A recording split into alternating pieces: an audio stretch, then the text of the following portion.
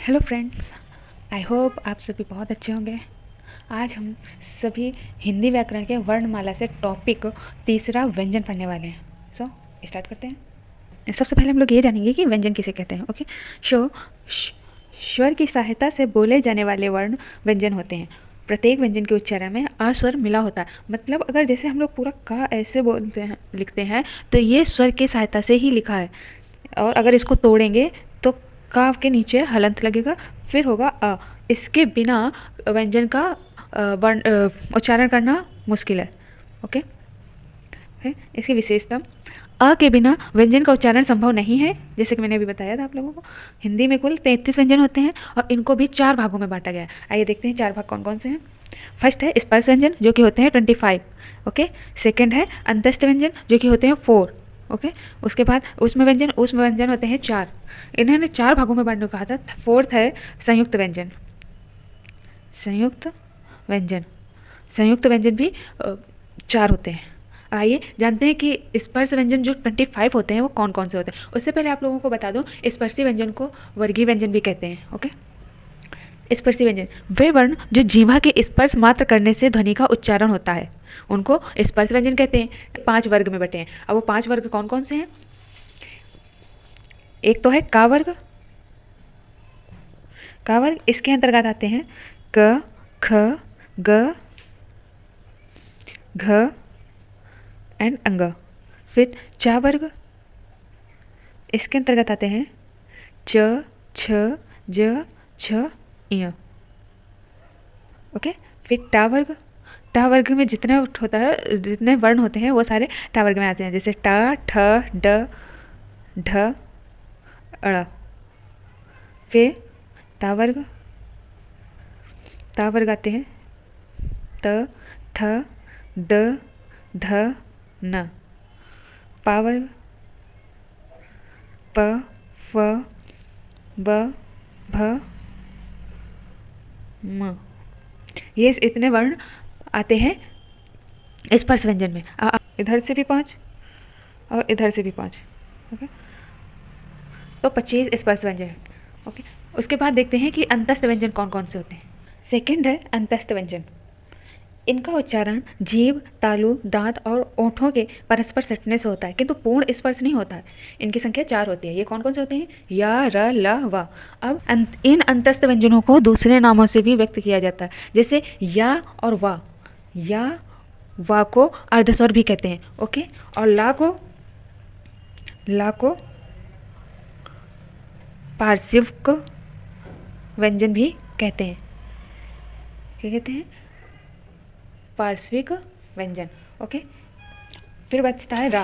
रा को लुंठित या प्रकंपित व्यंजन भी कहते हैं। ओके, या और वा को आर्धस्वर, ला को पार्श्विक व्यंजन और रा को लुंठित या प्रकंपित व्यंजन कहते हैं। ठीक, उसके बाद से थर्ड है ऊष्म व्यंजन। इनके उच्चारण से वायु घर्षण करती हुई बाहर निकलती है और ऐसे व्यंजन ऊष्म व्यंजन कहलाते हैं। अब ये व्यंजन कौन कौन से हैं? शा, शा, सा, हा। देखिए सभी वर्णों के नीचे हलंत लगा हुआ है, इसका मतलब है ये स्वर रहित है। ओके, अगर इनमें हलंत नहीं लगा होगा तो इसका मतलब है ये स्वर सहित है, लेकिन अगर इनके नीचे हलंत लगा हुआ होगा तो उसका मतलब है स्वर रहित है। फोर्थ फिर है संयुक्त व्यंजन। अच्छा, संयुक्त व्यंजन वे होते हैं जो 2 व्यंजन के मेल से बनते हैं। अब 2 व्यंजन के मेल कैसे होते हैं? पहला व्यंजन तो इसमें स्वर रहित होगा। जैसे पहला व्यंजन जो होगा वो स्वर रहित होगा, लेकिन जो दूसरा व्यंजन होगा वो स्वर सहित होगा। जैसे के क्षत्रिय, तो क्षत्रिय में जो पहला व्यंजन है इसमें नीचे हलंत लगा है, इसका मतलब ये इसमें स्वर नहीं है। ठीक है, दूसरे में नहीं लगा, इसका मतलब ये स्वर सहित है। ओके, ऐसे ही त्र, ज्ञ और श्रा। ओके, ये होते हैं संयुक्त 4 व्यंजन। ठीक, अब इनमें से कुछ इंपॉर्टेंट पॉइंट देख लेते हैं कौन कौन से हैं। जैसे हम लोगों ने पढ़ा कि पहला पार्ट है स्पर्शी व्यंजन। ओके, स्पर्शी व्यंजन, तो इनको वर्गीय व्यंजन भी कहते हैं। वर्गीय व्यंजन भी कहते हैं। ठीक, अब इनमें से जो लास्ट के वर्ण होते हैं, जैसे अंग, इया, ड़, न, म, ये 5 वर्ण। इन 5 वर्णों को पंचमाक्षर पंचमाक्षर, नासिक व्यंजन, नासिक व्यंजन, या फिर अनुनासिक, अनुनासिक भी कहते हैं। ठीक है। उसके बाद सेकंड था अंतस्थ व्यंजन। अंतस्थ व्यंजन में या वा को अर्धस्वर कहते हैं, अर्धस्वर, ला को पार्श्विक व्यंजन कहते हैं, रा को लुंठित या प्रकंपित व्यंजन भी कहते हैं। अच्छा, कुछ वर्ण हम लोग ऐसे देखते हैं जैसे कि उनके आगे कुछ बिंदु रखे होते हैं। जैसे जा है तो जा के आगे ये लगा होता है बिंदु, जैसे बाजार, बाजार में लगा होता है। ओके। और जैसे फ के आगे लगा होता है ऐसे बिंदु, मतलब किसी वर्ण के बाईं ओर लगने वाला। आप लोग नोट्स में भी लिख सकते हो। ठीक। किसी वर्ण के बाईं ओर मतलब आगे। ठीक। बाईं ओर लगने वाला बिंदु, लगने वाला बिंदु नुक्ता कहलाता है। क्या कहलाता है? नुक्ता। ओके। अब जैसे आगत वर्ण होते हैं, विदेशी वर्ण होते हैं और अरबी वर्ण होते हैं, फारसी, नवीन, विकसित व्यंजन ही नुक्ता व्यंजन होते हैं। ठीक। और आप लोगों को जैसे व्यंजन में मैंने बताया था कि उत्क्षिप्त व्यंजन भी होते हैं। उत्क्षिप्त व्यंजन कौन कौन से थे? और अड़ा। ओके। कभी भी उत्क्षिप्त व्यंजन से कोई भी शब्द नहीं बनता है, यानी स्टार्टिंग उत्क्षिप्त व्यंजन से कभी भी नहीं होती है। ये बात हमेशा याद रखना।